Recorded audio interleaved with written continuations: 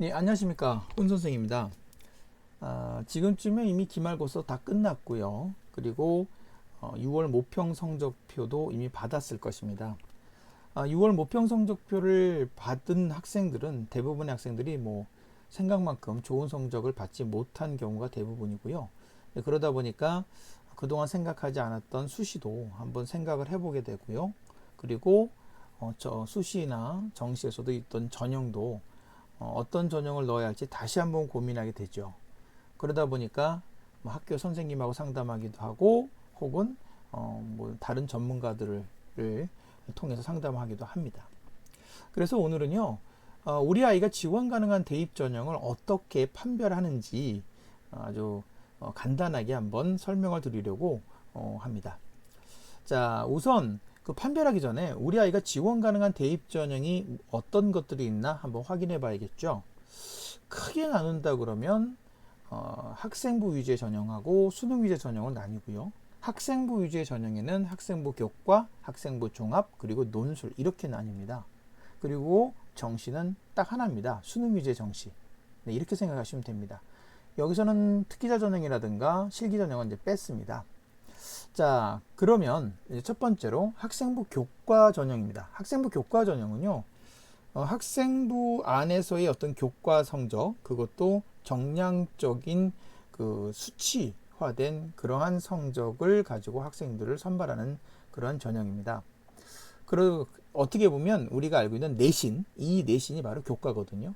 그러다 보니까 이 내신이나 교과 성적은요, 그 학교 내에서의 평가이다 보니까 학교의 격차, 그러니까 학교 간의 이제 실력 격차를 반영할 수가 없습니다. 확인할 바도 없고요. 그래서 학생부 교과 전형은 대부분의 학생부 교과 전형은 수능 최저가 있습니다. 그러니까 객관적으로 국가에서 보는 공정한 시험인 수능에서 어느 정도의 등급, 이 정도의 실력은 있어야 한다. 이런 얘기죠. 그리고 간혹 수능 최저가 없는 대학들은 면접을 통해서 그 친구의 학업 능력을 확인하고 있습니다. 자, 그 다음에는요, 학생부 종합전형입니다. 근데 학생부 종합전형은요, 수능 최저가 있는 학생부 종합전형과 수능 최저가 없는 학생부 종합전형으로 크게 나뉩니다. 자, 대부분의 학생부 종합전형은 학생부를 종합전형으로 평가할 뿐만 아니라 면접을 보기 때문에 수능 최저가 없는 것이 대부분입니다. 하지만 학생부 종합전형의 어떤 학생부라든가 내신, 그 비교과, 뭐 면접으로도 이제 판별하기 힘든 학생들이 있죠. 최상위권 학생들입니다. 모두 다 우수해 보이거든요. 그리고 실제로 우수하고요. 그러다 보니까 그런 최상위나 극상위권의 학생들을 선발하는 대학에서는 대부분 수능 체제를 두고 있습니다. 가장 대표적인 예는 의치한, 의대, 치대, 한의대, 뭐 그리고 이제 올해부터 이제 학부에서 선발하는 그 약학대학, 뭐 이런 데 약대죠.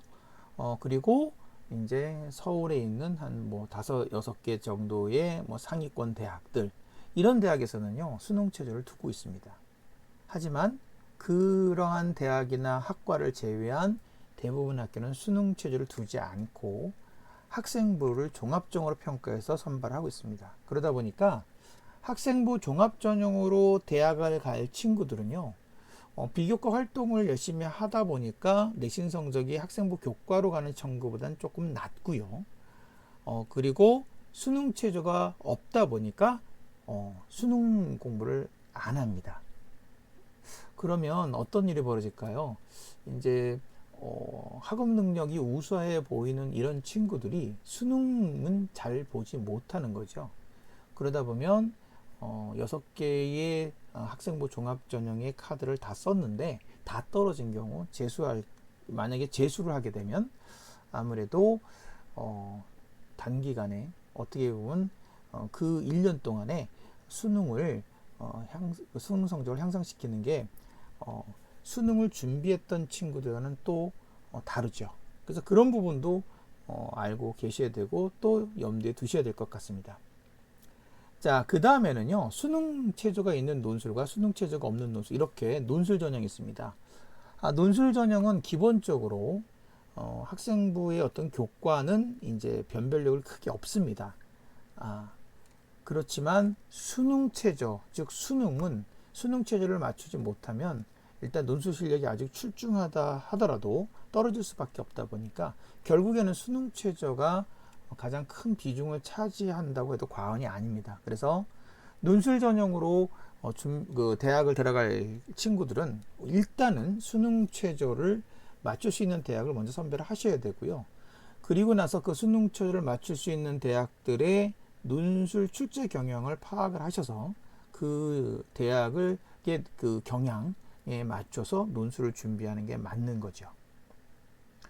자, 그리고 수능 최저가 없는 논술이 있습니다. 자, 수능 최저가 없는 논술은 내가 수능 최저를 맞출 수 없으니까 논술을 집어넣으면 되느냐, 뭐 그런 개념보다는요, 수능 최저가 없다라는 것 때문에 오히려 아주 논술을 잘 써야 되는, 논술 실력이 출중해야 하는 그런 친구들이 합격을 할 수 있는 대학들입니다. 그래서 논술 실력만 가지고 대학을 어느 대학을 붙느냐 떨어지냐랑 그다음에 수능 최저를 가미했을 때랑은 전혀 판도가 바뀝니다. 그래서 수능 최저를 맞출 수 있는 친구들이 수능 최저가 높은 대학을 지원할수록 아무래도 실질 경쟁률은 좀 떨어지지 않을까, 뭐 그렇게 예상을 하고 있고, 사실 그렇게 이제 나타나고 있습니다. 현상 자체가. 자, 그 다음에 이 학생부가 좀 준비가 안 돼 있고 논술도 잘 안 돼 있다. 그러면 수능 위주의 정시로 가면 되죠. 자, 그렇지만 앞에서 말씀드린 것처럼 수시에 뭐 학생부 교과가 됐건 학생부 종합이 됐건 논술이 됐건 수능이 수능 최저 제한으로 수능이 가미되는 경우가 많기 때문에 일단 수시건 정시건 수능은 최선을 다해서 준비하는 게 맞다라고 말씀드릴 수 있겠습니다. 자, 다음은 우리 아이 지원 가능한 대입 전형 판별법입니다. 일단 가장 먼저 판별할 기준은 이제 내신과 수능, 즉 학생부와 수능, 이 두 가지를 비교하게 되겠죠. 그 중에서도 학생부에서도 학생부 교과인 내신과 수능을 먼저 비교를 하게 됩니다. 자, 학생부 교과에 해당하는 내신이 더 우수하다 그러면 비교과 준비 여부도 다시 한번 확인을 하게 되죠. 그런데 비교과 준비가 안 돼 있다 그러면 학생부 교과로 지원하게 됩니다. 근데 학생부 교과는요, 학생부 교과, 즉 내신을 정량적으로 평가해서 수치화했기 때문에 일단은 학교 간의 실력 격차 이런 것들이라든가 혹은 뭐 다른 그 학업 능력을 제대로 평가할 수 없을 수도 있습니다. 그래서 학교 간의 격차 뭐 이런 것들을 판별하기 위해서 국가에서 보는 수능 시험, 객관적인 수능 시험을 어느 정도 실력을 가지고 일정 등급을 맞아줘야 한다는 그런 최저를 두고 있죠. 그래서 수능 최저를 보통 대부분의 학생부 교과에서는 두고 있습니다. 자, 그 다음 비교과 준비가 안 되어 있을 경우는요, 여기에 이제 다시 또 수능 최저를 통과할 수 있느냐 없느냐 여부에 따라서 자, 수능 최저를 통과할 수 있는 학생부 종합, 즉 최상위권이나 극상위권에 해당하는 그러한 대학과 학과들이죠. 의대, 치의대, 그리고 한의대, 그리고 수의대학과, 그 다음에 수의대, 그 다음에 올해부터 이제 학부에서 선발하게 되는 약대, 그런 대학들이죠. 최고학부 그리고 극상위권, 최상위권 학생들을 뽑는 그러한 학과들이죠. 이런 대학들과 그 다음에 서울에 있는 거기 있죠. 서울대, 연대고대, 뭐 서강대, 이대, 경희대 정도, 그리고 뭐 홍대도 뭐 최저가 있죠. 이런 대학들이 이제 수능 최저를 두고 있습니다. 그 다음 수능 최저를 두지 않은 경우 일반적인 보통의 학생부 종합 전형입니다. 아까도 말씀드렸듯이 학생부 종합 전형의 대부분은 수능 최저를 두고 있지 않기 때문에 수능을 아예 준비 안 하는 학생들도 꽤 많습니다. 네, 그랬을 경우 실패했을 경우 수능을 공부해서 대학 가는 게 오히려 더 쉽지는 않을 수도 있다. 뭐 그런 생각이 들기도 합니다. 실제로 상담을 해보면 이 학생부 종합 전형을 준비했던 친구들이 수능을 등한시했다가 혹시라도 이제 다시 공부했을 때 아무래도 그 성적 향상도가 평상시에 그 수능을 준비했던 친구보다는 아무래도 향상도가 떨어지고 있습니다. 자, 이제는 수능이 그 내신보다 더 잘 나오는 경우입니다. 자, 그럴 경우는 논술 준비 여부를 먼저 판별을 해봐야 됩니다.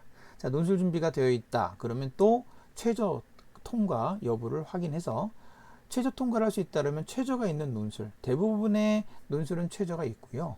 자, 그리고 최저 통과 자신 없다 싶으면 최저 없는 논술로 가는데 최저 없는 논술은 아무래도 논술 실력이 더 출중해야만 합니다. 그리고 마지막으로 논술 준비도 안 돼 있다. 그러면 어쩔 수 없이 정시, 즉 수능 위주의 정시에 올인하셔야만 하는 것입니다. 자, 지금 말씀드린 것처럼 이 플로에 따라서 이제 우리 아이가 혹은 우리 친구들이 대입 전형을 어느 전형을 지원할 것인지 판별하면 되는데요. 중요한 것은요, 현명하게 판단하고 그리고 선택을 해서 집중하셔야 됩니다.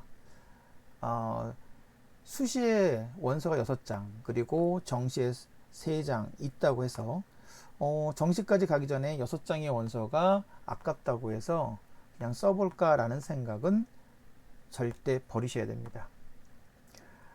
만약에 가능성이 별로, 그러니까 낮은데도 불구하고 수시를 쓰는 경우에 따라서는 뭐 정시까지 갈 때 그 수능 준비가 제대로 안 될 수도 있고요.